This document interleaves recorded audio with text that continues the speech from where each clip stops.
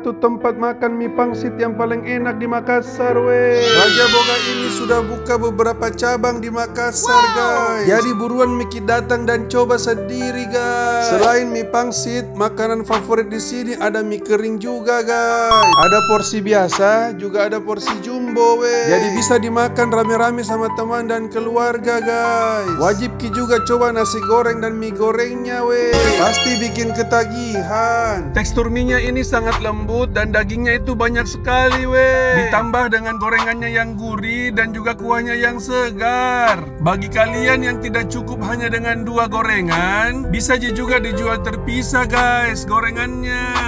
Setelah ini kita akan cari lagi tempat-tempat makan yang enak yang ada di sekitar rumahku, weh. Bantu like dan share video ini agar lebih banyak lagi orang yang tahu Makassar kota makan enak.